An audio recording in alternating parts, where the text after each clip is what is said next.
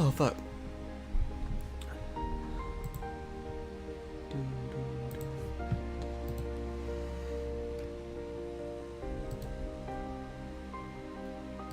Okay, give me a second.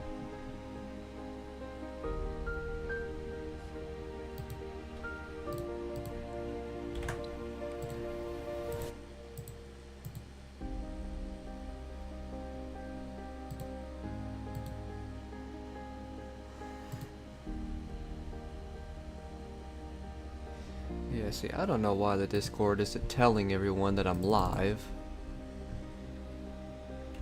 Which is really annoying, but I guess I'll just do it myself.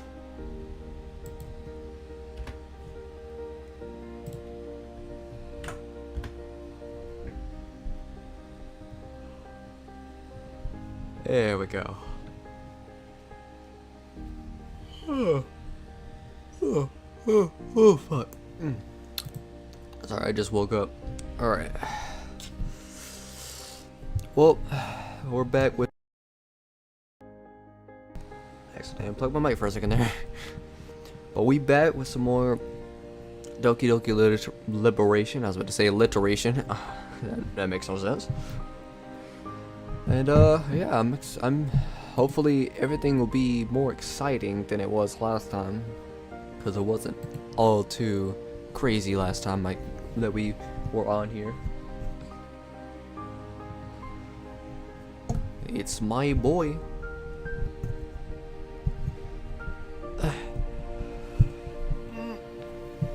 I can't remember where I was. I have to figure that out. I'll write the next day.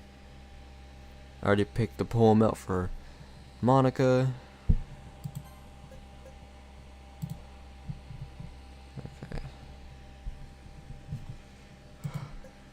Okay. It's time to see what more this mod has to offer. Like I said, hopefully this day will be more entertaining than the last day.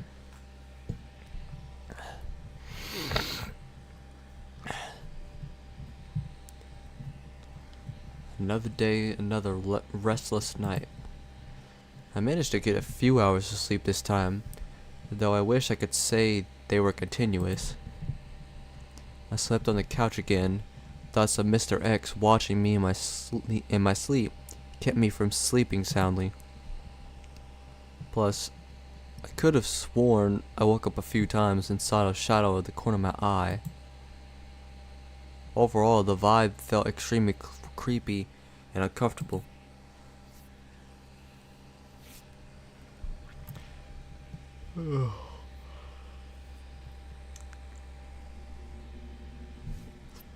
Oh fuck.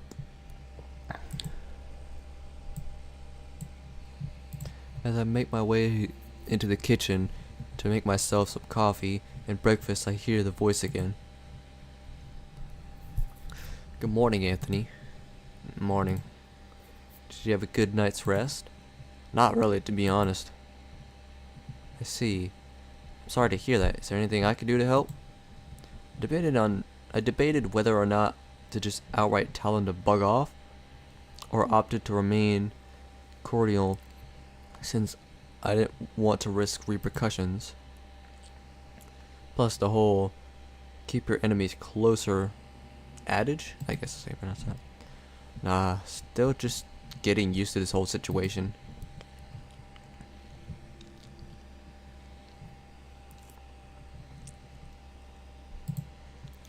I reach up and grab a box of Raisin Bland. Oh yeah? I mean, that does sound like a more appropriate name for that than Raisin Bran. I start pouring myself a bowl. Damn, sound effects and everything? Okay. Is this the first mod that has sound effects? Like he says, oh, I poured myself a bowl of that cereal, right? And then I just hear someone pouring cereal into a bowl. I see. Well, that's understandable, but fuck. But you're perfectly safe here, so you needn't worry too much. Something about the way you said that last part was a bit unnerving. At any rate, is there anything new to report? Nothing since yesterday. We just did our usual poem sharing and getting to know the girls. What about Monika? Has she said anything new about the situation? Told you anything out of the ordinary? I need to be careful about what I divulge to him, but I also don't want to tip my hand either and make him suspicious. She's just been mainly interested in getting to know me is all. Sadly though, not much to tell since I don't really recall much myself. Interesting. Have you told her about me by any chance? I would certainly hope not, for all our sakes. I figured he asked, but couldn't figure out how much, or even what I should tell him. I haven't mentioned you specifically or anything, but she was getting suspicious given my arrival and coincidentally her losing her admin access. I suggested that maybe the game just reset itself, including the admin rights. I really hope he buys it, because I'm not really sure what I'd say if he didn't. It's flimsy, but I suppose it'll do for now. What did you tell her about how you came to be here? Sort of a half-truth. That and I didn't really know, and I kinda lost a good chunk of my memory. Well, guess we should be thankful for small favors such as amnesia. Ass. In any event, you did well. You have proven to be quite a remarkable ally. I'll be sure to repay you the favor. I'll be sure to repay the favor someday. I guess. You could start by helping me get my memories back. Yes, about that. About that? I've been working to try and recover some of the files that were deleted from your computer to help both of us, of course. Right. I believe I may have found something you might be interested in. It's not much, but it appears to have to be some correspondence between you and another individual whose name isn't mentioned.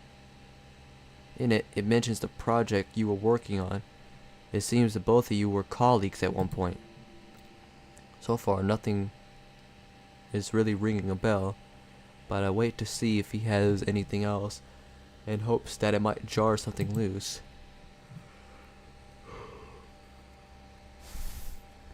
And that's all?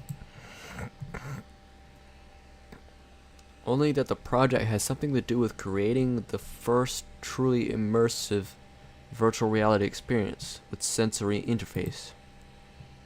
You designed the haptic feedback rig and gear, and your colleague created most of the program that was supposed to make it all run together. I mean, we pretty much already knew that, most of that already, didn't we? Yes, well, there's one last thing. The company you worked for seemed to have other plans in mind for your project, but everything was either deleted or redacted. Wait. Suddenly, some of my memories come rushing back to me. I worked for a company that was contracted to research and develop bleeding-edge technology regarding virtual reality. What the hell? Damn, okay.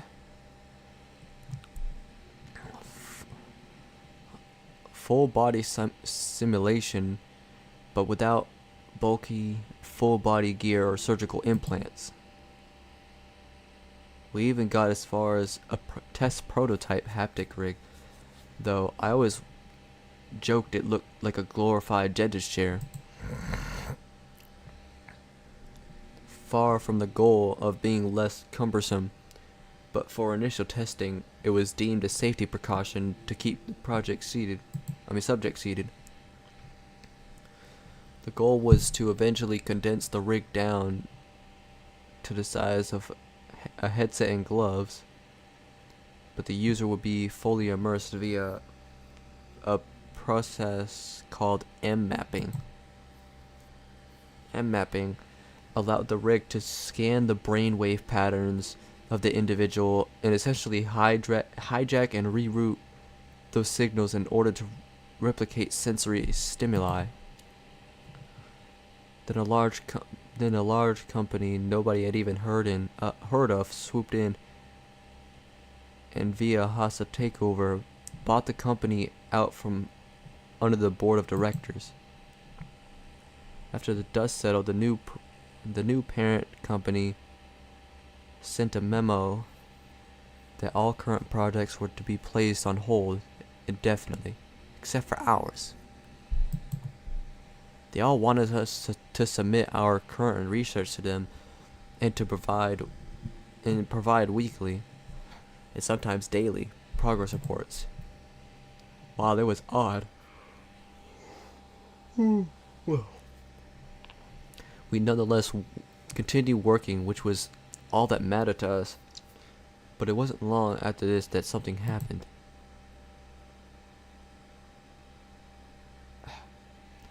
Everything after that is still hazy. Did you remember something? Only that I remember working on the gear.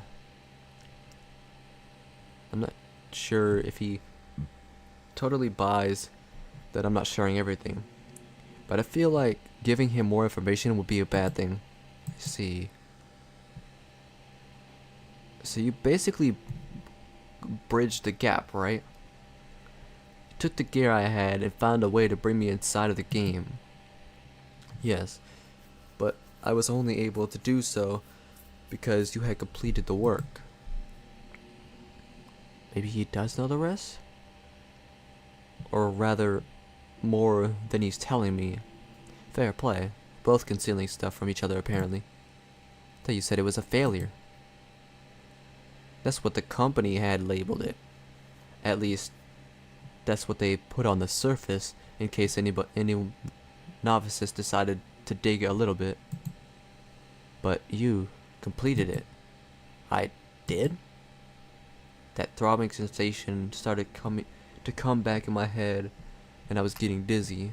I sat down on the sofa and began, for a moment, cradling my head. Now, don't push yourself too much. Don't force it. It will all come back in due time. Anyway, you've made remarkable progress. You should leave it at that. For once, I agree with him. Yeah, I suppose you're right. Alright, you've been kept here long enough. You should run along. You should run along now, or you'll be late.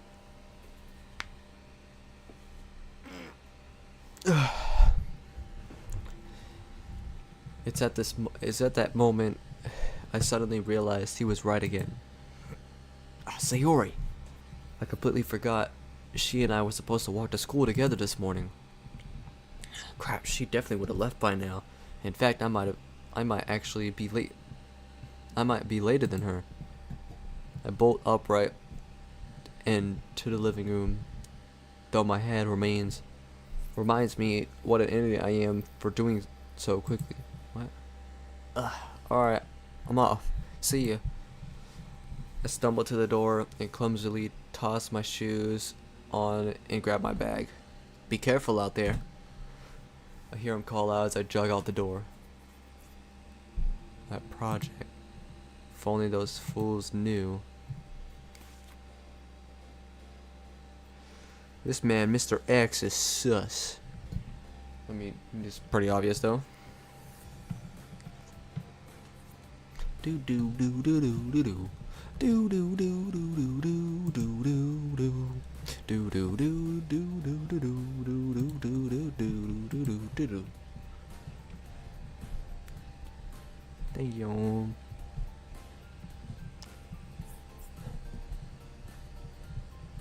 I didn't see any sign of Sayori when I left, so I assumed she must have waited and left without me. I felt really bad for leaving her like that and being late, especially after I gave her a hard time about that very same thing. Luckily, I was able to make up ground in time just before the bell rang. Though in hindsight, it seems silly to be worried about being late to class. The rest of the day proceeds normally until finally club time. Finally it's club time. Entering the club room, I'm immediately greeted by Sayori. Anthony, there you are. Hey, Sayori. Sorry I was late this morning. It's okay, I'm just glad you made it. Is everything alright? Usually I'm the one that's late. Everything's good. I just accidentally hit the snooze button on my alarm too many times. You do that too? You're surprised? Well, I thought maybe you changed your mind about walking to school with me. Which is totally fine. You don't have to or anything. I just don't want you to feel pressure to. I placed my hand on Sayori's shoulder. Sayori, I promise. I wasn't late because I didn't want to walk with you. I actually look forward to our walks, honestly. Sayori seems to relax a bit and looks at me reassured. Aw, thanks, Anthony. I do too. Did you manage to get some breakfast? A little bit, yeah. I had a bowl of cereal. What about you? I may have overslept a little and didn't get a chance to. I'm kinda hungry. Will you come with me to buy a snack? Sure. Eh? You will? I mean, yay! That's hilarious. We start to head out the door, and I stop, suddenly recalling why she wanted me to go with her in the first place. Wait a minute. I turn and look at Sayori. Eh? Why'd you stop, Anthony? Is something wrong? I know she's wanting to hit me up for some change because she doesn't have any herself. But honestly, I don't really see the harm in it. And it couldn't hurt to spend a little time with her, since I missed our walk this way. Then again, why does she need me for that? I could just give her some change and let her get her own snack. That way I can get settled and maybe fill Monika in on some of the things Mr. X and I talked about. Damn.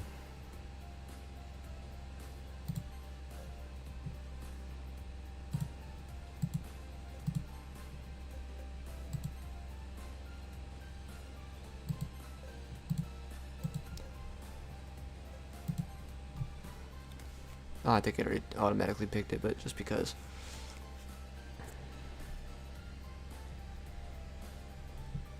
You wouldn't happen to be grifting me from a free meal, would you? For a free meal, would you? Eh? I don't know what you mean, Anthony. Uh-huh. It's fine, Sayori. I don't mind lending you some money. Are you sure? I wouldn't offer it if I wasn't. Well, thanks, Anthony. Do you want me to get you anything as well? No, I'm alright for now. Thanks, though. No problem. With that, she turns around and heads out of the club room. I can hear her skipping and humming down the hallway from here. As I turn, I'm immediately smacked in the face by a flying UFO. I'm sorry, what?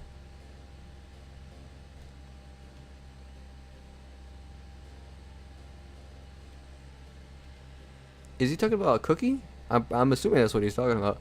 I said I got smacked in the face by a UFO. Anthony, are you alright? Trying to rub the soreness from my face, I see the object in the ground that caused it. It appears to be a cookie wrapped in plastic. My eyes followed the angle of the projectile all the way to my...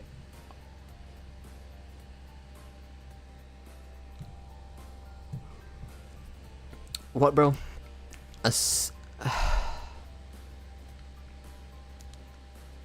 I don't fucking know. Ass.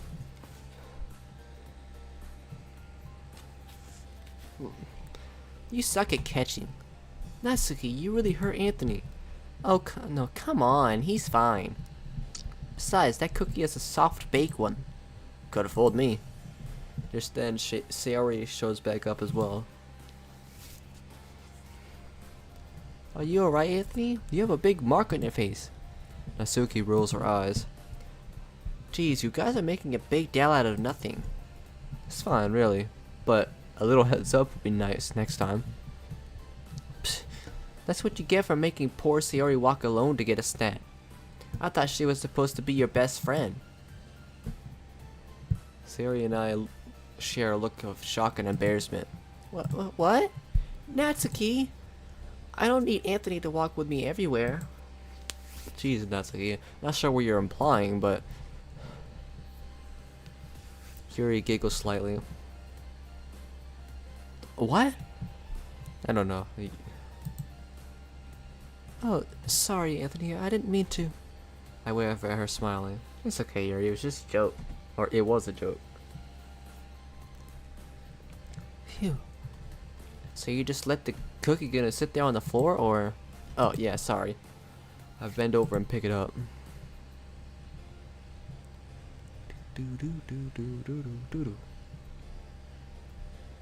It's a really nice looking cookie.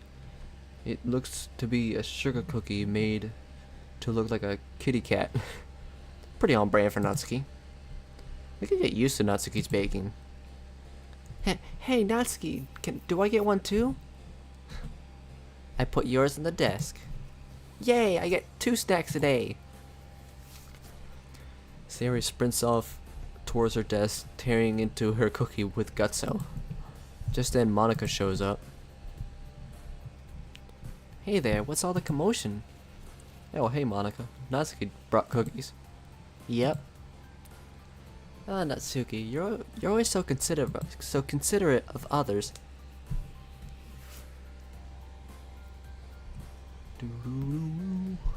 It's not like I was trying to be.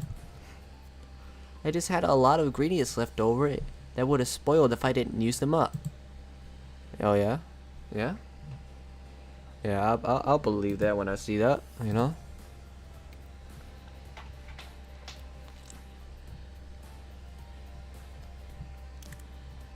Now that everyone is settled down, they go back to what they were doing. Sayori somehow already finished her entire cookie, and now it looks like she's scribbling on paper. I have a sneaky suspicion she's still writing her poem for today. What a slacker. She makes me proud. Yuri went back into her book. Monika went back to her desk at the front, and Natsuki disappeared into the closet. The school should be charged rent for how much she spent time in there, or time she spends in there, whatever. Monika looks like she's diligently scribbling down notes as well. I decided that I'd like to talk with her a bit more about our next steps. I walk up and gently pull up a seat next to the table she's working on some last minute homework. She reacts a little suddenly, which tells me that she hadn't noticed me until now. Oh, sorry. Oh, Anthony, sorry. I got a little lost in thought.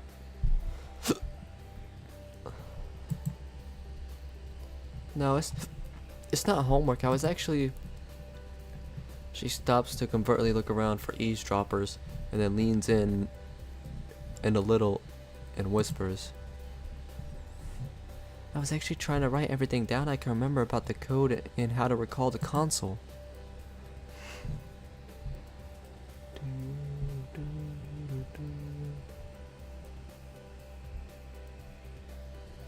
She slides the paper over to me to take a look. Sure enough, the paper has scribblings of all kinds of code on it. Most of it doesn't make sense to me. Wow, you memorized all that?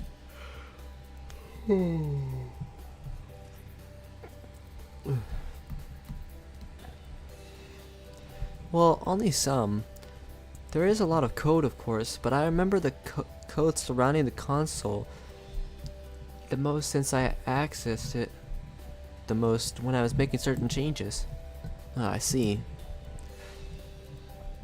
I'm not sure if it'll be useful at all, but I figured I'd I try to write something down. I mean, I try to write down what I could recall just in case. God damn, I cannot speak. Couldn't hurt.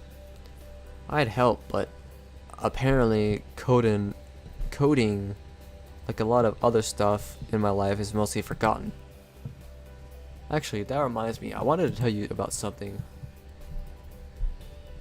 This piques Monika's curiosity as she sets her pencil down.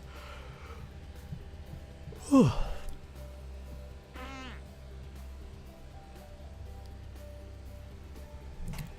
Hold on, let's go somewhere we can talk. We can discuss this in private. Oh yeah, good idea.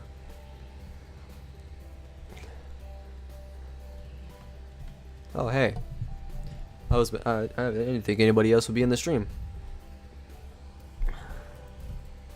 I looked over for a second. I saw someone to say hi. I was like, oh wait, someone new was here. Finally. But welcome, my guy. Oh fuck. We both get up and make our way out into the hallway, trying not to act too suspicious. Not that any of the others would have noticed.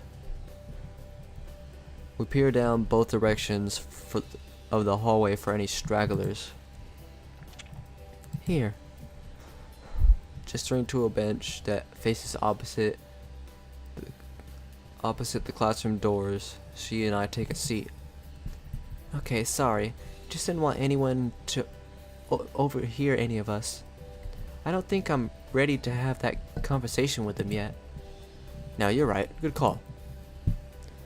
Anyway, you were saying you had something to tell me? Yeah, that's right. I recovered some of my memories. Yeah, that's Monika.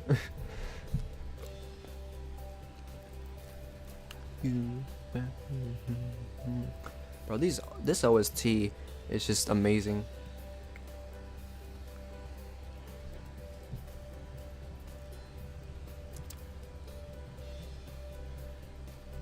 Okay, let me stop jamming.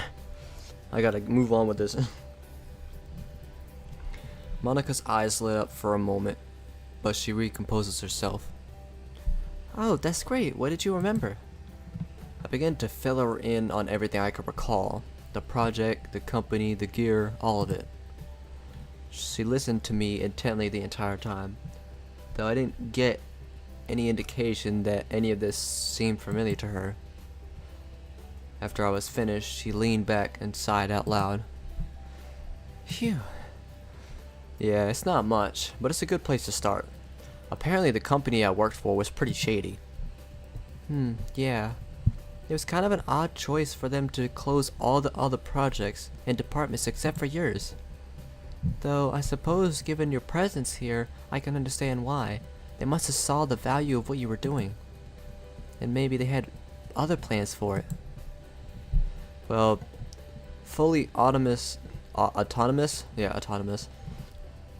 Virtual reality has numerous applications, from education to rehabilitation, recreation, or yeah, I don't know if you should finish that sentence. I stopped myself and do not finish that sentence. Oh, I was surprised she didn't catch on to that. I was actually wanted to know what she would say to that. Well, I'm sure whatever it was, it probably wasn't for any good reason. Still, if you remember anything else, let me know. Sure thing. I still don't get how this all ties with the game, or ties in with the game, or why I'm here, or Mr. X's plan in general. Yeah, I'm not sure either. But it does sound like that. Yeah, it does sound like there's more to this hostile company than meets the eye. I can't explain it, but for some reason it feels familiar. Really? Well, either way, it seems like we're no closer to knowing what X is planning than before. I don't think that's true. There's still good information to have. It seems that he's missing whatever it is that his plan requires to work. and it just reaffirms that he likely needs you, at least whenever your memories return. So it's smart to keep playing the ignorance card with him if or when you do recover your memories. I suppose so. Until then, all we can do is wait. I'll keep trying to remember and jot down anything I can concerning the code.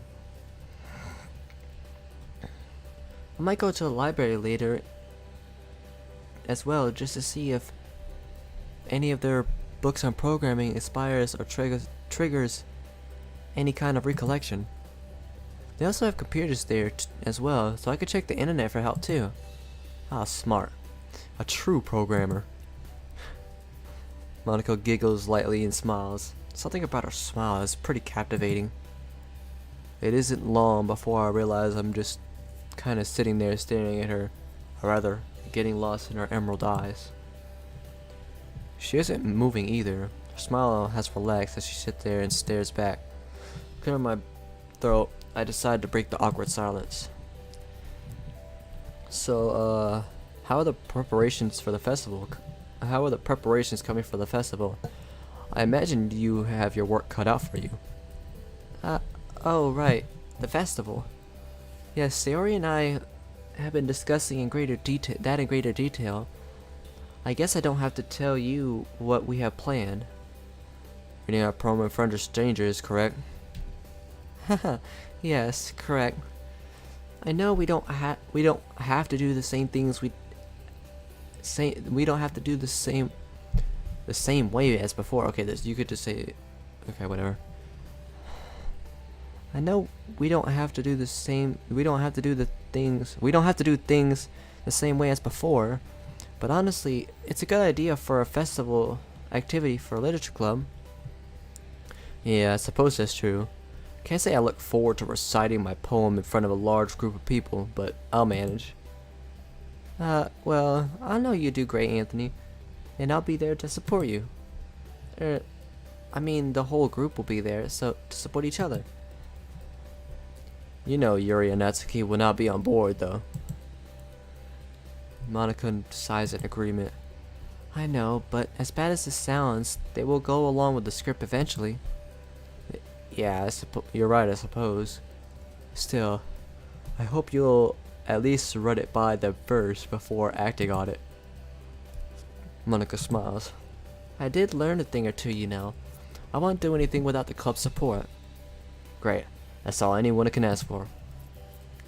It also helps that we'll all be there to support each other, as you mentioned. Misery loves company, after all. I said that with a wide grin, but Monika didn't seem to appreciate it. Anthony, I'm kidding. Mostly. We could always practice on each other.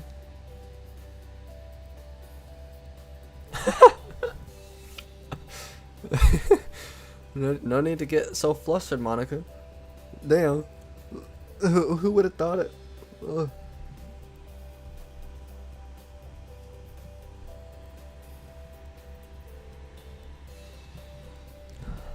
I mean, in front of each other. I mean, our poems. Oh gosh. I burst out laughing, which just makes Monika seem even more mortified. She buries her head into her hands and hide how red she is. I don't think I've ever seen her flustered this flustered before, and it's absolutely delightful. She's typically so well put together, calm and collected. Moments like these shows me she's not flawless, and she's just as human as anyone else. I really like that she's more comfortable around me as well. Right, our poems. Miss Monika, are you trying to seduce me? Seeing an opportunity to turn the tables, Monika decides it's her turn to embarrass me. Oh, you'd know if I'm trying to seduce you. Yep, my turn to be embarrassed. I turn beet red and stammer the only thing that I can. You win. Oh, giving up already? Pleased with victory, Monika covers her mouth while she giggles. I can't help it. Your face is so funny when you're flustered.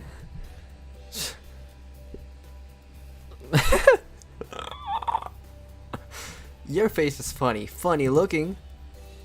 Monika immediately begins to sulk. Hey, that's not very nice. Am I detecting? Why, yes, she's pouting. Monika's actually pouting. Don't tease me, you meanie. Sirius rubbed off on you, hasn't she? This actually makes Monika smile and laugh a bit. Yeah, I suppose so. Should I start calling you Sionica now? No. I just like being called Monika, thank you very much. Fine, fine. Hey, Monika.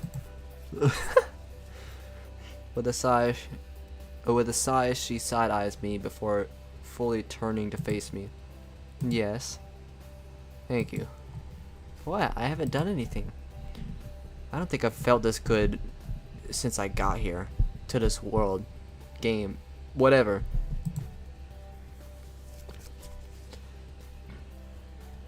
Well, I prefer to think it as a different world, to be honest. Kind of takes the sting out of the whole existential crisis, you know? But you're welcome. I'm glad you're enjoying your time here, such as it is. I don't think I've been this happy in a long time either. Oh? You seem like you're usually pretty chipper. Wait, what? You seem like you're usually pretty chipper most of the time. Okay, that's it, bro. Like the way these sentences are formed is like, it looks stupid to me. Like, they don't make sense. I don't know if that's just me or what. Well, I have to be, you know, for the others, but also that's just a lot of pressure that comes with being a club president, top of my class. Parental expectations. Yeah, I suppose so. If you don't mind, what are your parents like? Where are they? Well, my dad owns a large company that manufactures construction and industrial equipment. They have satellites in other countries and aggressively trying to expand into others, so he's gone a lot, either opening a new branch or trying to negotiate one. My mother, well, she sadly passed away when I was about 8 years old. Damn. That's something I wasn't expecting.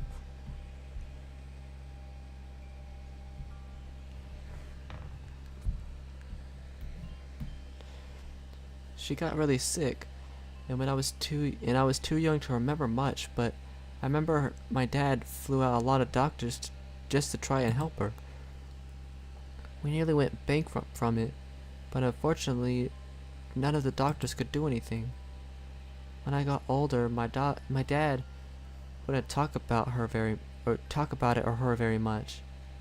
But through some digging of my own, I found out she had brain cancer. Ah, Monika, I'm really sorry. That must have been hard for both of you. Well, it certainly was hard for me, but my father, I wouldn't know. He never showed his emotions, or at least he was really good at hiding them. He just buried himself in work. I don't think he even cried at her funeral. Oh. Well, maybe he just wanted to try and be strong. For you? Yeah, well, he could have fooled me. She raises her voice slightly. I was having to basically raise myself. I learned how to take care of things around the house. The yard, clean and cook. He was hardly ever here for dinner anyway. He just leave money and a note on the counter and told me to order something. I had to learn to do a lot of things by myself. Damn.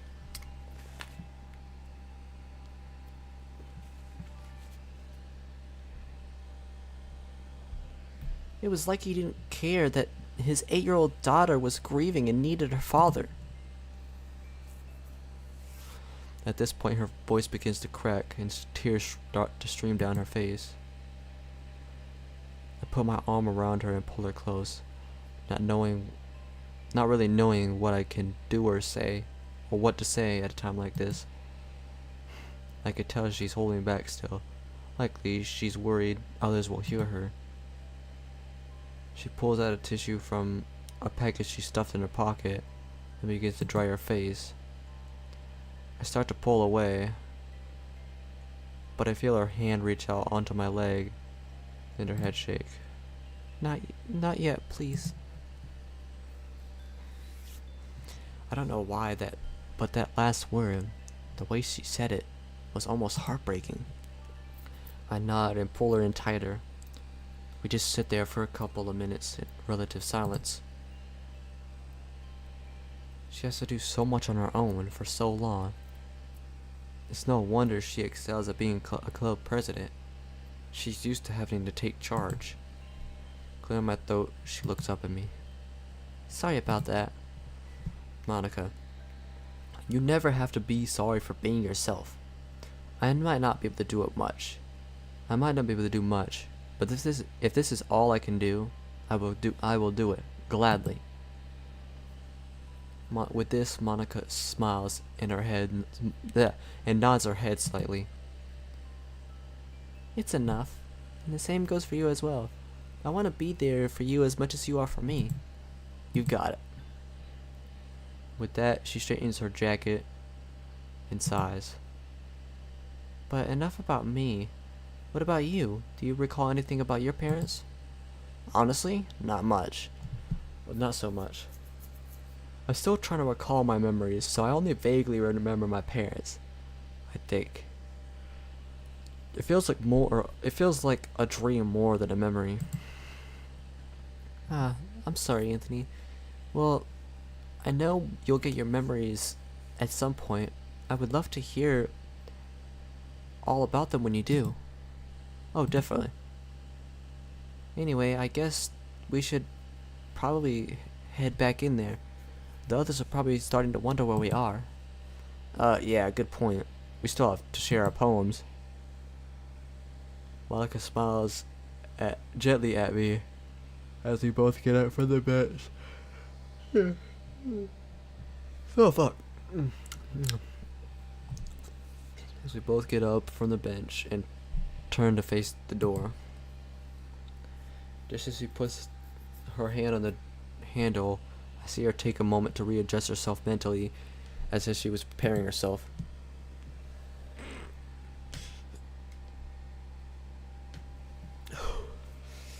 With a small sigh, she turns the handle and opens the door. Honestly, this is like the most boring part of it. I'm not gonna lie. We'll see. We'll see if there's like any vanilla dialogue like last time or not. If there's any vanilla dialogue, which I'll most likely be able to tell, I'm gonna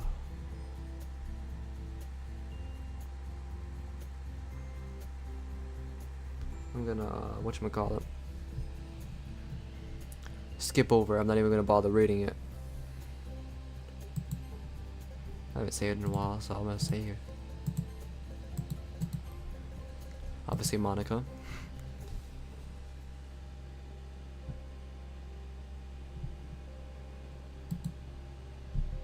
Alright, okay. Hey, Anthony.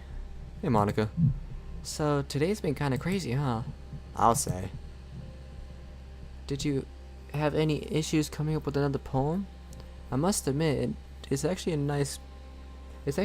it's nice being able to actually read them for a change. No issues to speak of. I honestly don't mind writing these. That's good. Well, if you don't mind. Alright, here you go. I hand Monika my poem.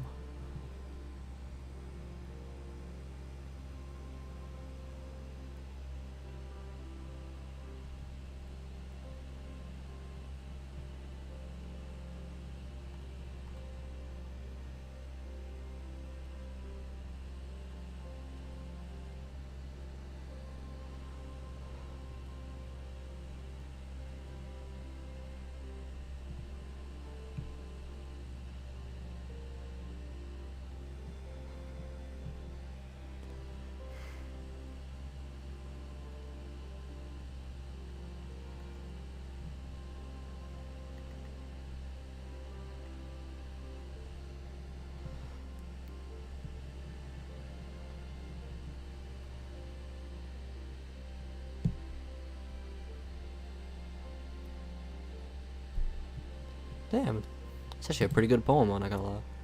Oh, this is really good, Anthony. Yeah, I wouldn't say it's one of my better ones. Well, I thought it was very nice. I enjoyed the analogy, albeit not very subtle. Yeah, subtlety was never really my strong suit. Did you happen to write this for me? Is the person in it? Monika blushes. I mean, who knows? I'll never tell. I grin as she hands me back my paper, looking at me with those eyes again. Well, whoever she is, she's very lucky. But anyway, it's my turn now. Turnabout is fair play after all. Since you wrote a poem for, well, you'll see. Alright, let's take a look.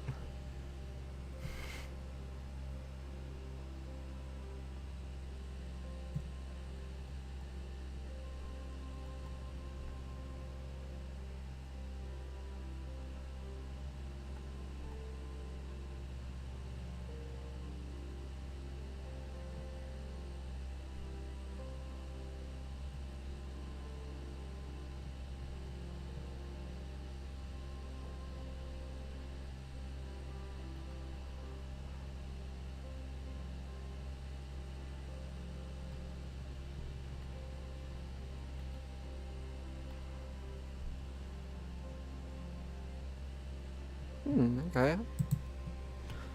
So, what did you think?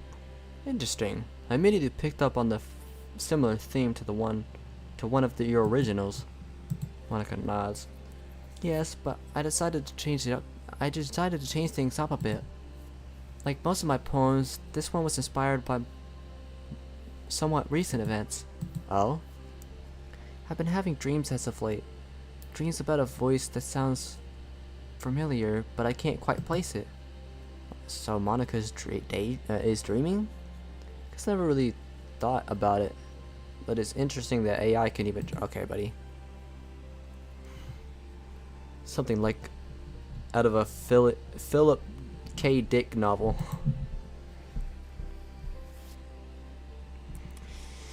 I see. Well, I'm not sure what to make of that, to be honest. I'm not sure either. It's probably just a silly dream. Anyway, so, in keeping with tradition, shall I do another writing tip for the day for you? Sure, why not? Great, then here's another one. Sometimes you might be faced with a difficult decision. You just have to be brave and trust your instinct. It's okay to make mistakes. Sometimes mistakes can even lead to good things. Although I suppose that can be applied to more than just writing. Anyway, that's my advice for today. Thanks for listening.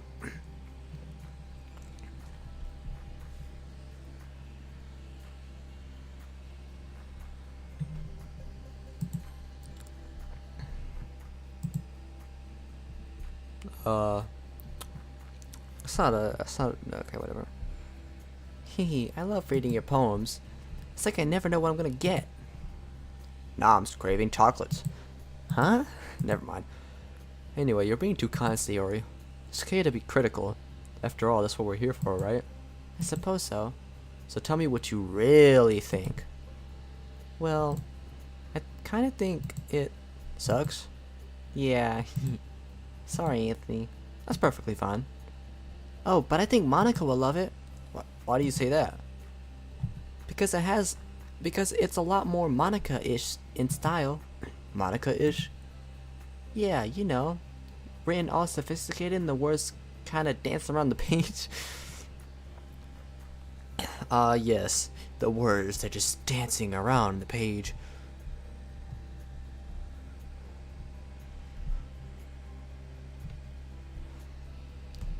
Definitely reads the way she writes her poems. I think you're missing the point of it, though. At any rate, I'm just experimenting with my style for now. Who knows what I'll write tomorrow? That's right. That's what I was talking about. It'll be a surprise. Sayori hands me back my poem. Here, Anthony, you can read mine now. Okay, yeah, this is the same poem as always.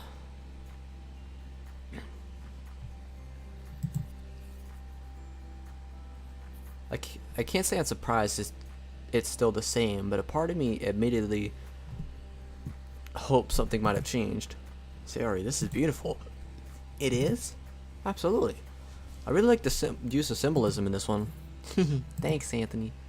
Sayori, you know, if you ever feel like people are taking too much, you can just tell them no, you know? It's okay to be a little selfish sometimes, and think of your own health before that of others. Sayori stays silent as she tries to contemplate how to respond. I don't know. I don't think it's that bad. I mean, sometimes it can be a little overwhelming, but her head sinks as she goes silent again. Sayori, remember, you're important too. Sayori smiles gently and nods half-heartedly.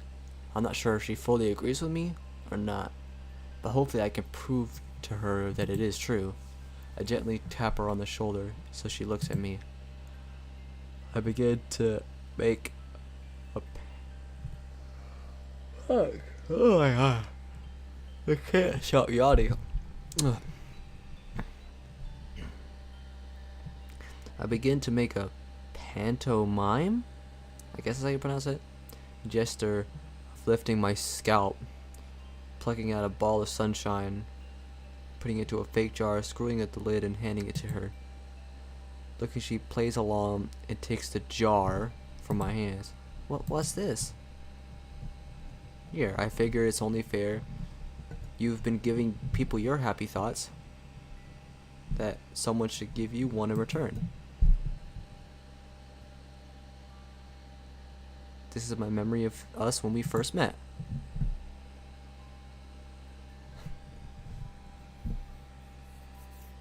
Oh, you don't want to hold on to that memory? No, I mean yes. What I mean, Sayori, is that I want you to have some of the sunshine the happy thought brings me. You can save it for a rainy day, and whenever you feel sad or lonely, you can pull it out and feel its warmth. Besides, your smile is all I need, so you don't have to keep giving too much of yourself. Anthony, I don't know what to say. Sayori's eyes start welling up. You're so sweet. Do I really deserve it though? More than you know, Sayori. I wrap my arms around her gently and hold her, not caring if the others around us see or what they might think. We stay like this for a few moments, though I can hear her sniffling. Anyway, I try to pull away, but Sayori clings tighter. Just one more minute. Sure, Sayori. We continue to hold and embrace for a little while longer before finally pulling ourselves apart. Damn. Okay. Just went from sad and shit, and then it's like, oh, back to cheery now.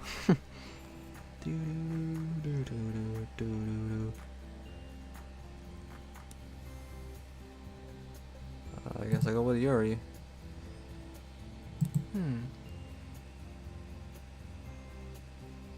I see you decided to maintain a writing style akin to Monika's, which is fine. There's certainly nothing wrong with that. But are you still mad at me? Eh? For disrespecting Natsuki yesterday, and the way you reacted. What makes you think that? This poem. It's because you're not really into my writing style, isn't it? Yuri, that's not true at all.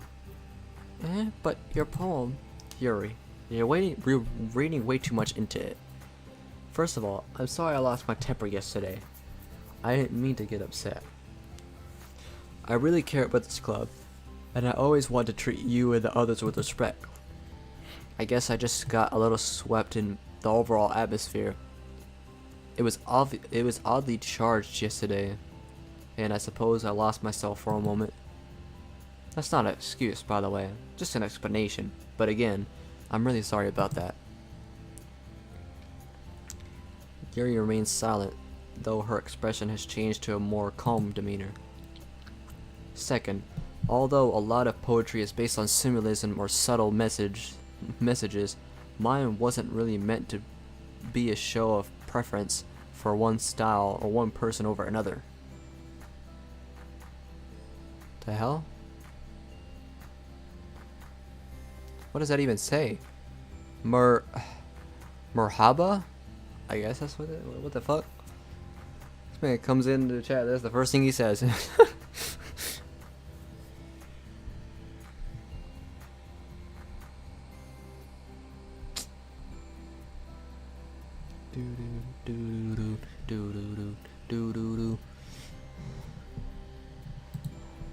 Simply just writing based on what I know or what feels best for me.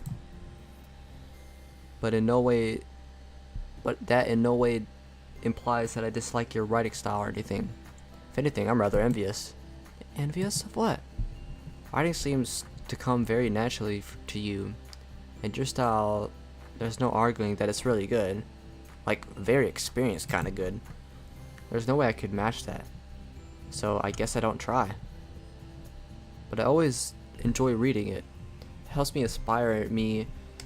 inspire me in other ways that may not come across in my writing style. Really? You think my writing is that good? Of course, who wouldn't? I see. Thank you, Anthony. And I'm sorry if I implied your writing isn't good. Just because your style isn't one I necessarily use in mine doesn't mean yours is bad in any way either.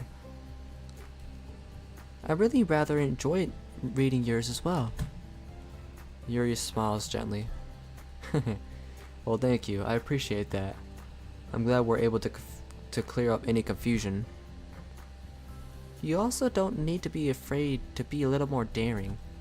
Metaphors can go a long way. Don't feel like you need to work your brain like turning a bunch of gears. Try letting your mind wander through your feelings. And write down the things you see and hear. There's one way to truly enable your reader to see into your mind. It is a very intimate exercise. I see. That's certainly an interesting technique. Thanks for sharing. I have, well, an example of that if you'd like to read it. Of course. Is this the poem you wrote for today? Yuri nods and timidly hands me her poem. I'm sorry, what? This is actually different, isn't it? Yeah. Oh, God, yeah, I can't stop yawning. Maybe I should stop streaming right when I get up.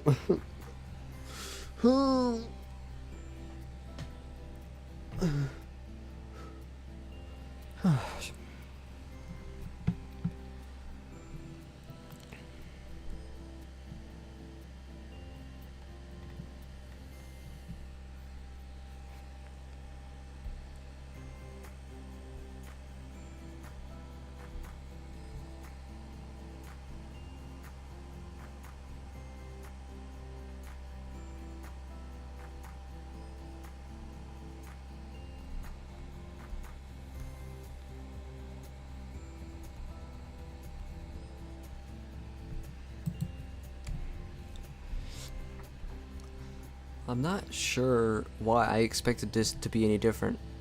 Wait, it isn't different? Okay, well, that's unfortunate. I never remembered that poem anywhere. I'm not sure why I expected this to be any different, but nonetheless, this does present an opportunity for me to broach the subject with Yuri. This is... Oh no, I'm sorry, is it too much? I knew I shouldn't have been so graphic. No, Yuri, no. It's fine, honestly. I was just trying to figure out a good way to ask you. I need to be careful here because Yuri is already somewhat skittish by nature, and this topic is probably very sensitive for her. Ask me? Why did you want to ask me? Yuri, are we close enough that we can confide in each other? Yuri pauses for a moment and remains silent. She either doesn't understand the question or doesn't know how to respond. Yes. I think our friendship is sturdy enough that we can confide in each other. Is there something in particular you wanted to talk about? Listen. I know we haven't known each other for a long time, but I want you to know you could talk to me whenever you need to. I had a friend. We don't speak as anymore as she moved away a while ago, but I think maybe Yuri starts to shift uncomfortably.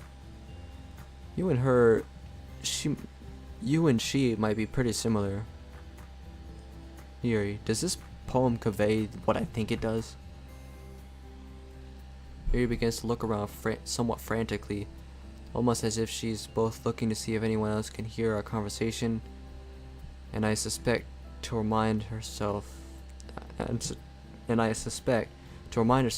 the quickest exit out of the room. I could tell her fight or flight instincts are kicking in, so I need to try and reassure her. It's alright. I have no room to judge. I only ask this because I'm your friend. And the truth is, Yuri, I wasn't here for my friend when she needed me the most.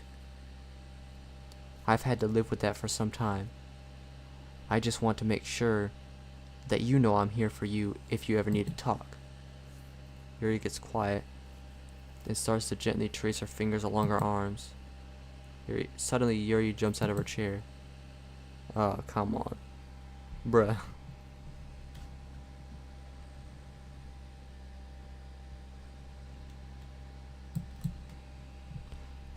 She bolts out of the room quickly, nearly knocking me over in the process. I'm left dazed with my head spinning. Crap, I didn't mean to upset her. I get up from my seat and I'm about to go to her when I feel a gentle hand on my arm tugging me. Monika shakes her head gently. Let her be. Let her be. The last thing you should do right now is try to corner her. She'll feel even more anxious. But, Anthony, I know given my history I'm the last person to trust. But still, I'm asking you to trust me on this. She's been doing what she's doing for some time now. I know we want to help her, but if we try to comfort her too soon, too quickly, she'll retreat further into herself. Yo, what's good? Welcome to the stream, my guy. Give me a second. Okay. She uses that as a form of self-control and a coping mechanism for her anxiety. We'd only be making it worse right now by pushing her. I guess you're right. Thanks, Monika. I take it you know what happened? I don't know exactly, but I'm guessing you asked her about her issue because of the poem. I just nod and slowly look down. Probably a dumb move, huh? I don't think so. Yuri's poetry, like many, is her way of expressing herself in a way she normally couldn't. She chose to share this poem for a reason. If she's to get the help we know she needs, then asking her directly after reading this poem would make her more receptive to the idea, not less. I suppose so. I just hope she doesn't avoid me after this. I know that sometimes I can antagonize her over something trivial, especially at night while I'm in bed. I just hope this doesn't eat at her. She might overanalyze the situation at first, but like most things, she'll see in time it wasn't actually worth getting worked up over. Just be patient. Gotcha. Thanks again, Monika. I really appreciate your insight into this. Not at all. I'm happy to help in any way I can. It's the very least I can do to try and atone. You're doing great, Monika. Monika smiles meekly at me before walking back to her desk. I guess I should do the same and just hope Yuri returns soon. None the worse for wear. I'm still bothered by what she might be doing at this very moment, but Monika is right. Confronting her right now might make things worse. I should give her some space. It's not too long before I see Yuri return to the classroom back to her seat. I can't tell, but just looking at her arms, whether or not she had done anything, but she avoided eye contact with anyone or everyone when she entered and made a beeline straight to her chair. Alright, time to go to Natsuki.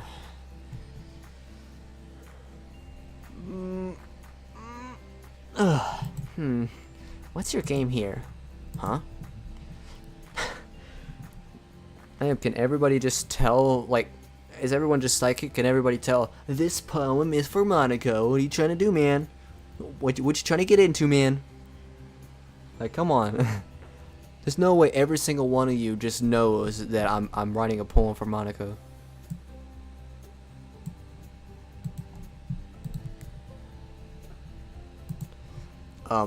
What? What's that supposed to mean? Yeah, whatever. It's just that you've written weird abstract poems twice in a row now. The kind that she likes in the style she sort of writes in. So, maybe that style just suits me better. Doesn't mean that I'm playing at anything. If you say so. Natsuki hands me back my poem. Just forget I said anything, okay? I need some fresh air. Damn. Everybody just leaving. Natsuki promptly turns and walks quickly out of the classroom. I have no earthly idea what that was about. I mean, I have some idea, but I think there's still a piece missing here that I'm not seeing. I didn't even get to read her poem. I mean, oh well. I'd rather not. It's because I'm trying to get over this part. Okay, everyone. We're all done reading each other's poems, right? All set here. Good. If everyone could join me at the front, I have something I want to discuss. Is this about the festival? Kind of. I thought I heard you and Siri talking about this earlier, but do we have to do something for the festival? I don't really feel like embarrassing myself in front of a bunch of strangers. That's a concern of mine as well. Also, I don't really do well with last-minute preparations. Don't worry about it too much. We're gonna keep it simple, okay? We won't need much more than a few decorations. Siri has been working on the posters, and I've designed some pamphlets we can give out during the events. Okay, that's great and all, but it doesn't tell us exactly what we're going to be doing for this event. Monika and I share worried glances since we know how these two will react.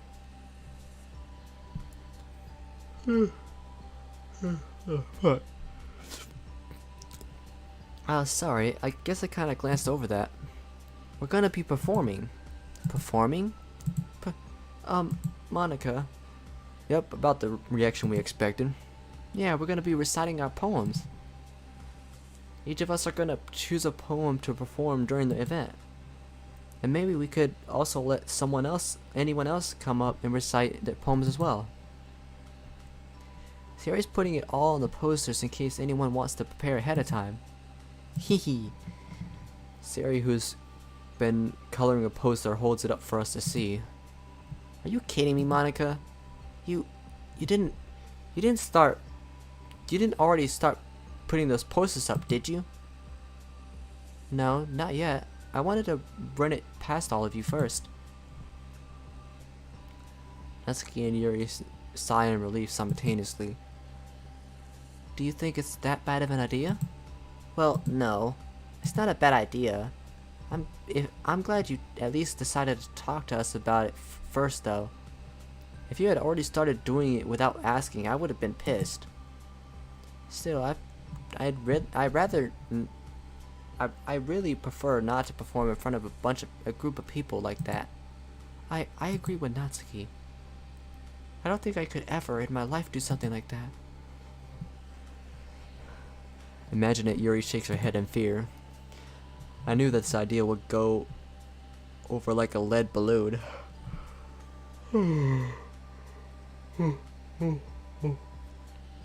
But since I'm here, I might as well try and help Monika out. Guys, listen. I know I might be in the majority here, and I'm the new person as well. And yes, the thought of performing my poetry in front of others makes me incredibly anxious too. And judging by the look on Monika's face, I'm not actually helping things clear my throat. I decided to quickly finish the thought. But if you think about it, it honestly makes sense for our club festival activity. Unless anyone else here has any better ideas. Silence. And look, the festival is still is several days away. That gives us plenty of time to practice reading our poems out loud in front of everyone, instead of just one-on-one like we have been doing. I could tell Natsuki and Yuri are still apprehensive about the idea, but they don't have a counter-argument or idea either. Oh goddamn, I can't stop yawning.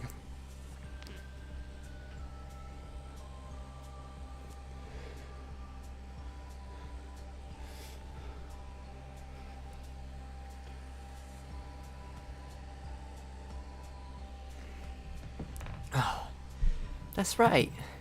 Thanks, Anthony. She turns to address Yuri and Natsuki and Yuri. I understand where you both are coming from. Neither of you ever shared your poems with anyone until just a couple days ago. It's a lot to ask of you, of all of you, to recite poems out loud to a whole room full of people. That's why I wanted to wait and ask. If you really don't want to do this, then we don't have to. But I think we should try and give it our best. We're all responsible for the fate of this club. If we start the event and each put on a good performance, then it'll inspire others to do the same. And the more people who perform, the better we'll be able to show everyone what literature is all about. Well said, I agree. Yeah! It's about expressing your feelings and being intimate with yourself, finding new horizons and having fun. And it's those reasons why we're in the club today. Don't you want to share that with others? To inspire them to find the same feelings that brought you in here in the first place? I know you do. We all do. And if all it takes is just standing in front of the room for 2 minutes and reciting a poem, then I know you can do it. Natsuki and Yuri remain silent. Sari looks worried. Look, Monika's right. We don't have to do this if you guys really don't want to. Nobody will force you, and nobody will judge you for it. But personally, I kind of want to help to make this club the best it can possibly be. I was pretty aimless before I came to this club. I didn't exactly have a lot going for me. But in the short time in this club, I don't know. I feel like I really want to actually try I feel like I really want to actually try for once. I know I can't be the only one. Natsuki rolls her eyes and snorts. Ignoring her, I continue. And Monika and Sayori have put a lot of work into this. I'm really scared too, believe me, but I can do it for them. So what do you say? If not for me, can you do it for them? Well, definitely not for you. Ouch, but okay. It looks like Natsuki doesn't have any arguments left. Okay, fine. I guess I'll just have to get it over with. Phew. Thanks, Natsuki. What about you, Yuri? Yuri dejectedly glances around at everyone's expectant faces. I guess I don't really have a choice. Like I said, nobody will force you, Yuri, but I promise we can make sure to practice as a group as much as it takes to help you get comfortable. Besides, if you start to feel yourself getting nervous while you're reciting, Yeah, just picture everyone in the underwear.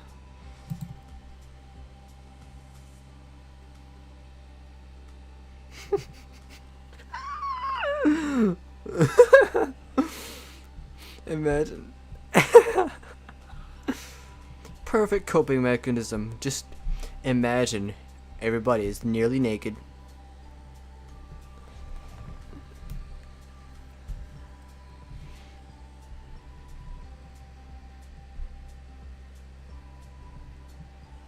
Alright.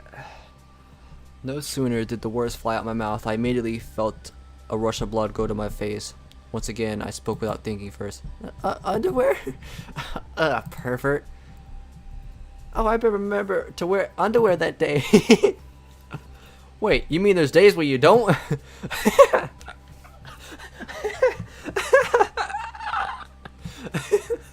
Oh, bro. Oh, really, Sayori, that's leading some implications, bro. Why do you not wear underwear? Shit, I don't know why you're not wearing underwear every day. What the hell, brother? Oh, fuck. I mean, never mind. Don't answer that. Jeez, you're really gross. What? But can we just please get back on track here? Monika giggles. So is everyone on board with this? Sayori enthusiastically nods, while Natsuki and Yuri reluctantly make a sign of agreement under their breath. Well, you know I am. Haha, that's everyone. You're the best, guys. I guess I could take a stab at it. Yeah, stab? Oh, Yuri, it'll be fine, I promise. We'll help each other get through this. But anyway, let's move on to the main event. Sayori, that's the green light to go ahead and start putting out the posters around the school. Next, I want each of you to choose a poem of yours. As Anthony mentioned, we're gonna practice reciting them in front of each other. Don't worry, I'll start off to help everyone feel a little bit more comfortable. Can I go next? Haha, of course. Now let's see. Monika goes back to the desk and rifles through a few pages before finally pulling one out of the selection, or from the selection. Monika turns to the front and begins reciting with about as much poise and confidence as you'd expect from someone who is used to public speaking. This poem is titled Supernova. She proceeds to read through her poem, wherein, as the title suggests, is seemingly about the life cycle of stars.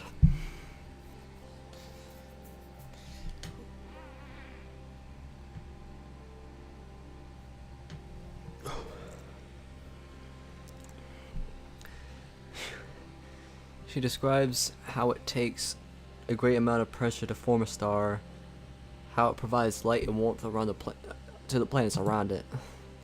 But ultimately, the star begins to burn out. Its fuel reserves depleted, it collapses in on itself, and ultimately explodes in a spectacular blaze. And although the star that once burned bright is snuffed out, its effect will reach far and wide and potentially help create new stars. As she finishes up, there is some light applause from the group.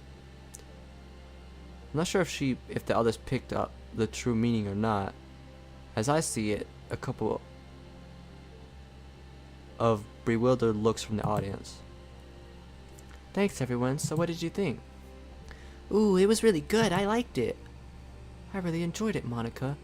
Thank you for sharing that part of yourself. Thank you for showing that part of yourself, Monika.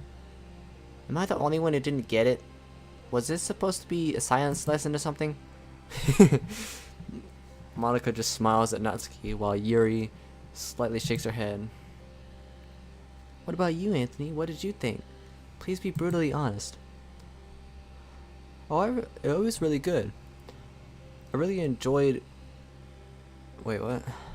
Okay, I really enjoyed it and thought the use of metaphor was great. It was creative. Thanks, Anthony. See, everyone, it's not so difficult. Siri, I believe you're next. Before Monika can even get seated, Siri bounds to the front with poem in hand.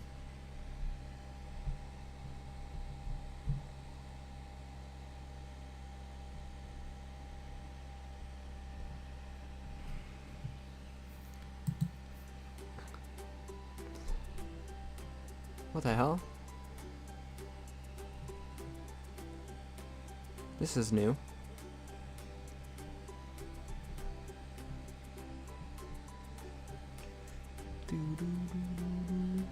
Okay. Damn. Bro, they've been going crazy with the OSTs.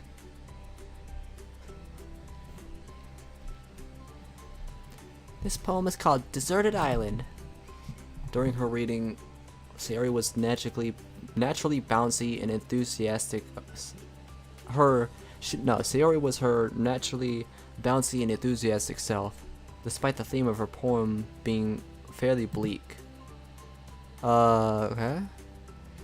It was about the feeling of isolation, but set in a beautiful I don't know, tropical locale. The lone inhabitant finding peace in solitude, but yearning for the world beyond the shores. Many visitors came to the island to take in its splendor, using what little the island had to offer before departing again and leaving the lowly islander behind. It ends with the islander writing a message in a bottle and casting it out to sea in hopes that someone might find it and rescue them. As she finishes, she sighs a breath of relief. So, what did you all think? Well done, Sayori. I think you captured the feeling of loneliness pretty well. Yes, your uses of simile and imagery were quite impactful and something I can relate to at sometimes as well. Well, I don't know what Yuri said, but I like the part about the beach. I think I could write something about that. Natsuki is like the most clueless out of anyone. Guess Sayori did really get the takeaway from the poem, but this hardly seems to faze Sayori at all. Sayori giggles. Hee, thanks Natsuki. Sayori looks towards me with eager eyes. Well, of course I liked it. Making the island seem like a paradise, but explaining that while it may seem that to someone from the outside, to the actual lone person living there, it's a prison. I said poison. Monika nods in agreement. It was at this point I realized just how much she and Sayori have in common. I'm continuously surprised by just how well you write, Sayori. Sayori grins while Natsuki groans. Thanks, Anthony. Eh? Hey, wait. What do you mean continuously surprised? The rest of the group chuckles as Sayori returns to her seat, but not before she sticks her tongue out at me. Well, I guess I'll go next. I make my way up to the front of the classroom. Immediately, I'm a tad nervous, but I try not to let it show. I only really have 2 poems so far that I've made. However, an idea occurred to me while the others were reciting theirs. Hey Monika, we can choose a poem to recite that isn't necessarily our own, right? As Monika nods. Correct, did you have one in mind? I do, yeah.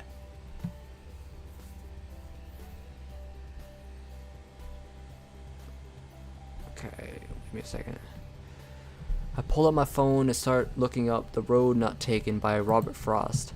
Although it's a tad cliche, it's the first one that popped into my mind. I know fairly well, and kind of relevant to my current situation. I managed to get there with only a couple of shudders here and there, and I think it went fairly well. While reading it, I couldn't help but occasionally glance up at Monika. I could tell the way she was concentrating as she understand now why I chose this one.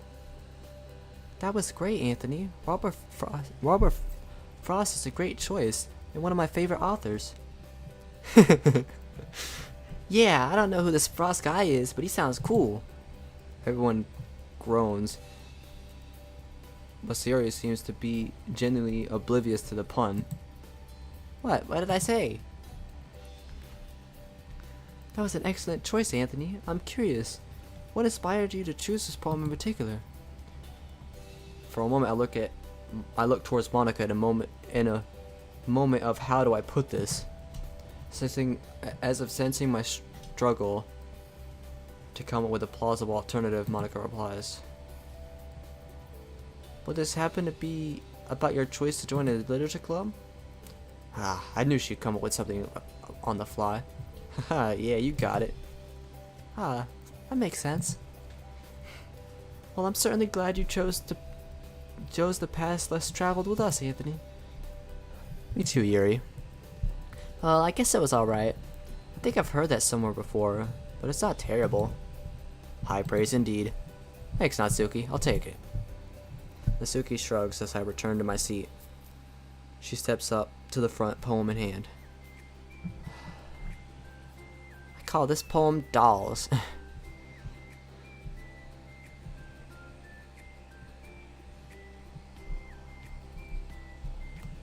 Okay. She begins reading her poem, though it's a little like she was reading off a teleprompter. Despite her reading in a fairly flat tone, the poem itself was really interesting. Her poem describes people who act like plastic dolls, shiny and fake on the outside and completely hollow inside. She thinks people should stop pretending and try to fill themselves with substance. She goes on to also illustrate how people treat others like a plastic doll, a toy to be tossed away. It's a bit deep for something she'd write, but also in true Natsuki fashion, it's very straightforward.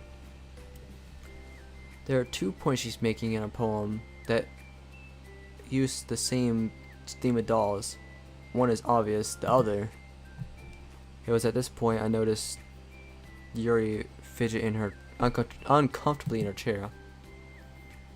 It could be that she knows she's next and she's getting anxious, but it seemed more like a reaction to Natsuki's poem. Before I could finish that thought, Natsuki finishes her poem. There. It's not super complex or anything like Robert Frost. Whatever, but I think it gets straight to the point.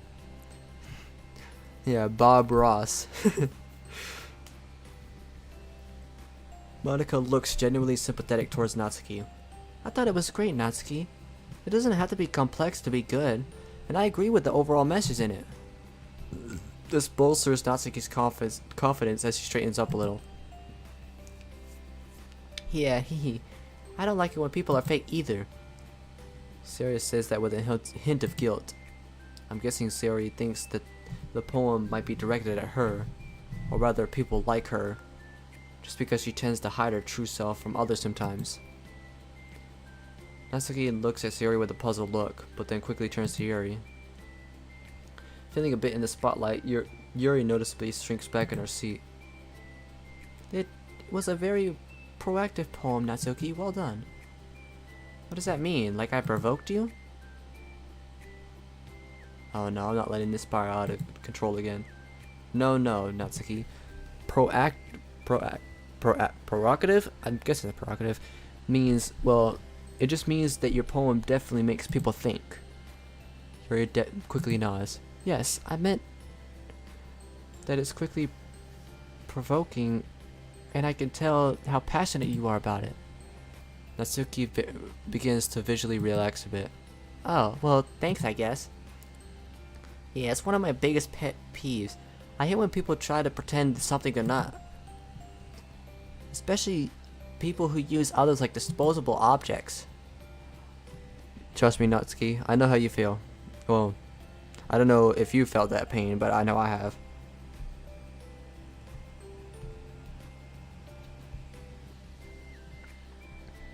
I agree. You make a lot of valid points, and I like how blunt and in your face it is in your poem. Well, if I'm nothing if not honest. I don't like to sugarcoat things. Unless they're dessert, right? A dessert, right? Natsuki rolls her eyes at me as she returns to her seat, but not before I catch her subtly trying to stifle a smile. Wait, maybe I'm rubbing off on her after all. Lastly and unsurprisingly is Yuri. She steels herself. With some hesitation, she walks in to the front of the room. I really have to admire her courage. I know she isn't really comfortable putting herself on display like this, and I'm sure it didn't help that she had to read something that is quite personal to her. My poem is titled "The Wallpaper." Although Yuri's recitation was somewhat quiet, she remained intensely focused on the paper in front of her. Monika did attempt to ask her to speak up, but I think after the third or second attempt, she just gave up.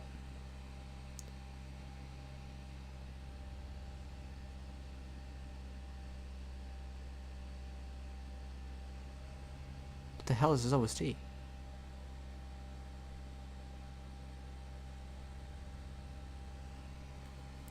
Yuri's was a short narrative story about a woman and her boyfriend who bought a house. They had plans to renovate, starting with one of the bedrooms, as the entire house was papered in a hideous tan color. The woman began peeling large strips of the paper away, only to find names and dates underneath corner sections in every room. Upon further research online, she found the names and dates to correspond with people who had gone missing over the years on those exact dates. Informing the local authorities, the crime scene investigators soon arrived. The woman overheard one of them say, "Yeah, it's human." One of the investigators comes to her and says, "Ma'am, where's all the material you removed? This isn't wallpaper." What?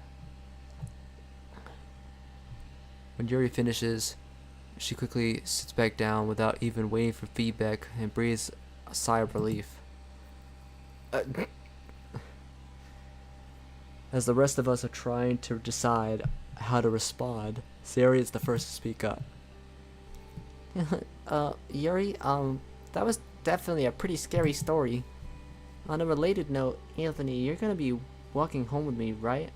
Not for any particular reason. You know, I actually might need to stay late to catch up on some stuff. If you could wait, though, we might end up walking home in the dark. Sayori pouts. Meanie. Oh. I know it's not exactly a typical poem, but I had been reading several short stories and got inspired. I figured maybe I could play some music in the background for atmosphere and ambience while I read it. Okay, I have to admit, that was pretty damn cool. And I think you should totally do that during the festival. This comes as a surprise to everyone, but not the least of which is Yuri. But thanks, Natsuki. You really think people will like it? I'm not sure if they'll like it.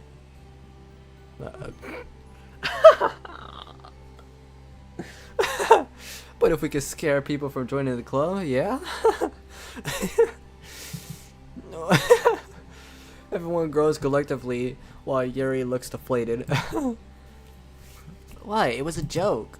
Yuri. Yuri turns slightly to hide her embarrassment. Yuri, for a moment, Natsuki looks genuinely concerned that she hurt Yuri's feelings. She crosses her arms and sinks back into a chair without saying another word. Well, I think it was really creative, Yuri, and I really like your idea of setting an ambiance tone with music while we read our poems or stories. In fact, if anyone else would also like to do this, I can bring in my laptop and hook up some speakers and play whatever music suits your poem or story. I honestly think you should run with this, Yuri.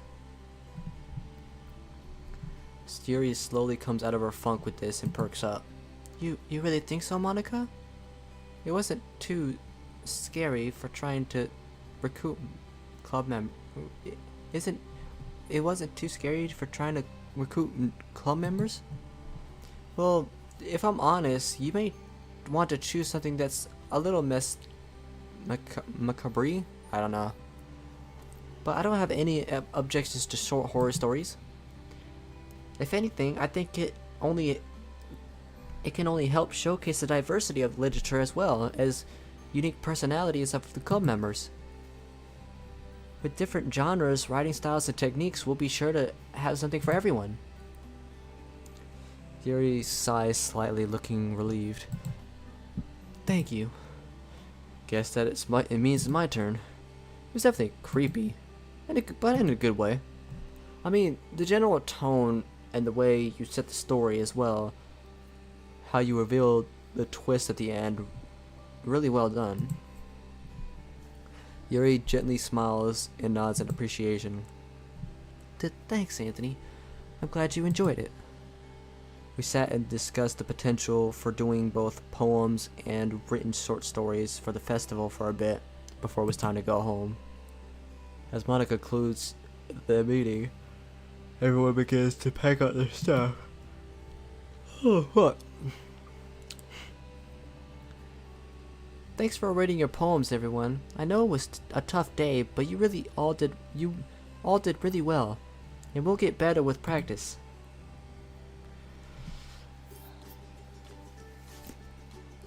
Damn.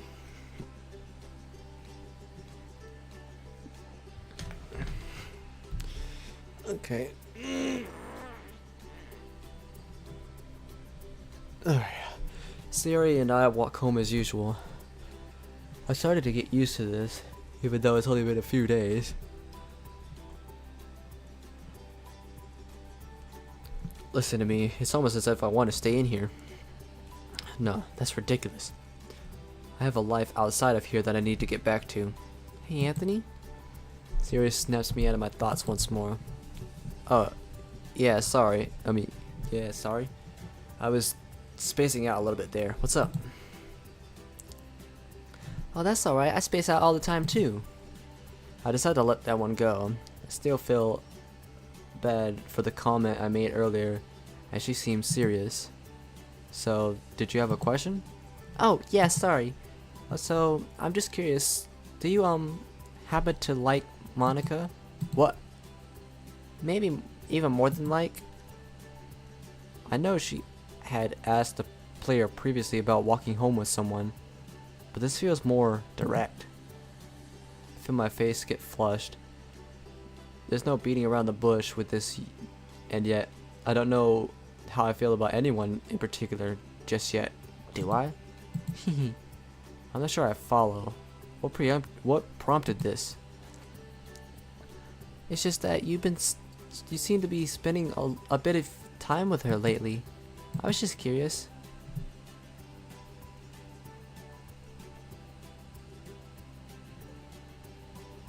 See, I mean, I'm going for the Monika route, so I mean, you know.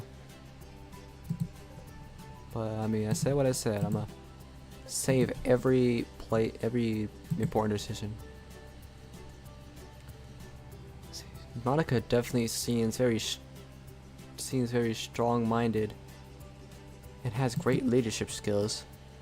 Doesn't hurt that she and I share a secret about the reality of this world. Though, admittedly, the thought of spending more time with her makes my heart pout a little.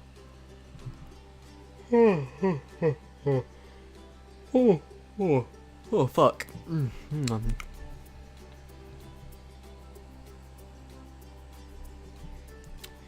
She's strong, a natural leader, and obviously very talented at everything she does. I mean, she is a club president and the most popular girl at school. Isn't she so sweet and beautiful? I suppose, but so are you. I mean, sweet. Not that you're not beautiful too. I meant, I resent myself to defeat, knowing there's no salvaging that. To my surprise, however, Sayori giggles. Oh, Anthony, you're funny. Oddly enough, the conversation remains relatively light the rest of the way home. Sayori seems in good spirits, but something also seems to be bothering her a little bit. We go our separate ways once we reach our street and wave goodbye.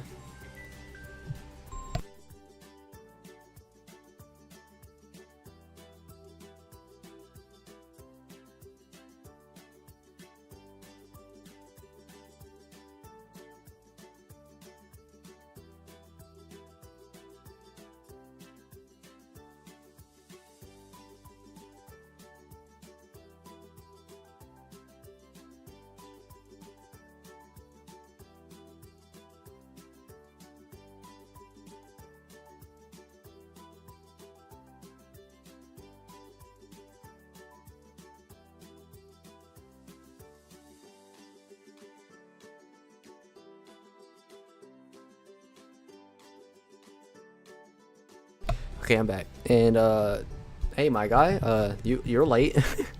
It's about to end shortly.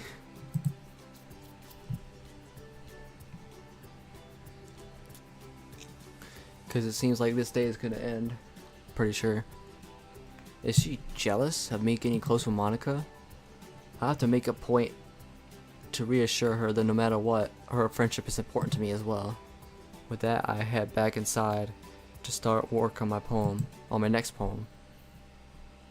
Alright, and I just gotta, you unlocked a private special poem.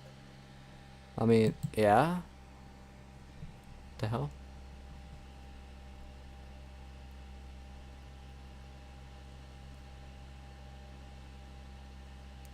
Okay.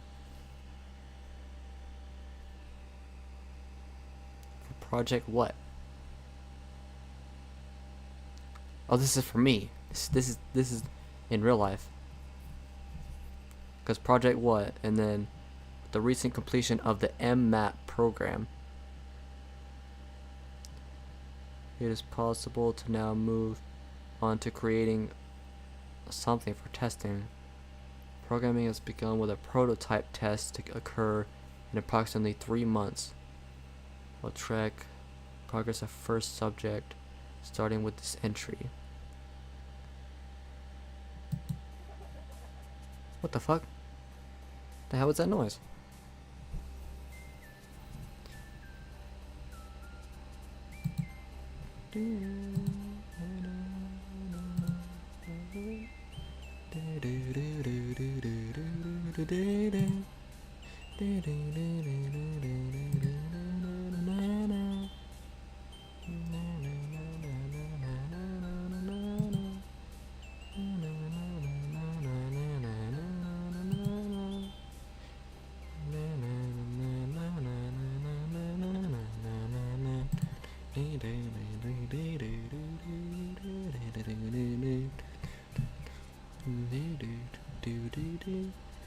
What the fuck? Where's one of her words? Ah, okay.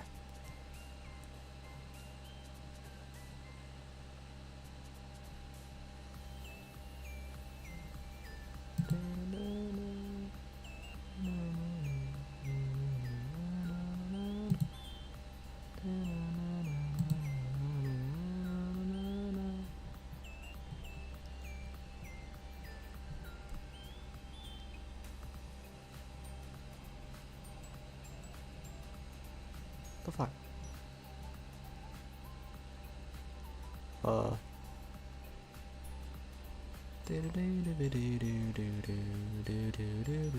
I don't see a Monika word. What the hell? I guess I just had to pick someone else's word.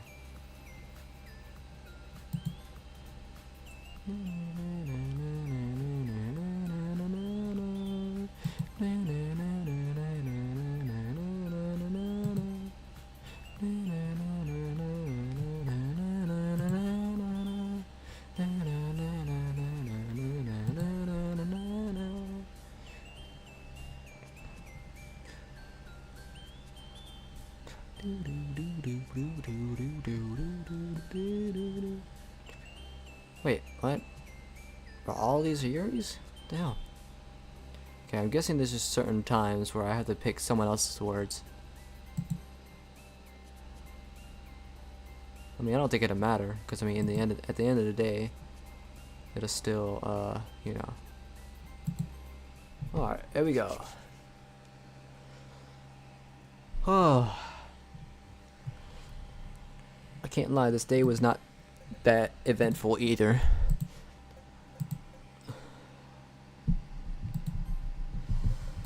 But hopefully it gets really exciting, really crazy, really wacky later on. We'll see what happens. Maybe something will happen eventually. Something it won't. Maybe it won't. I don't know. We'll see. Oh fuck. Oh shit. Oh. Well, I'm gonna go ahead and end it here. I guess I really hope it does ramp up. I hope something crazy happens. Cause I mean, this is only Act 1, but come on, bro. Surely it's not just gonna be pretty much vanilla the whole way through.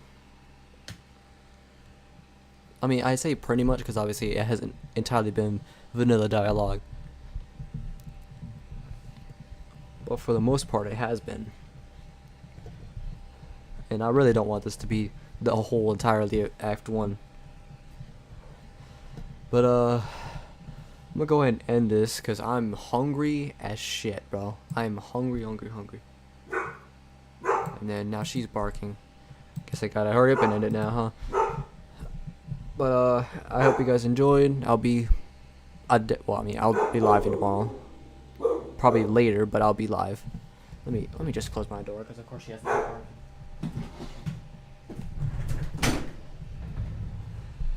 So annoying. But with that, I'll see you guys in the next one. Take care and peace.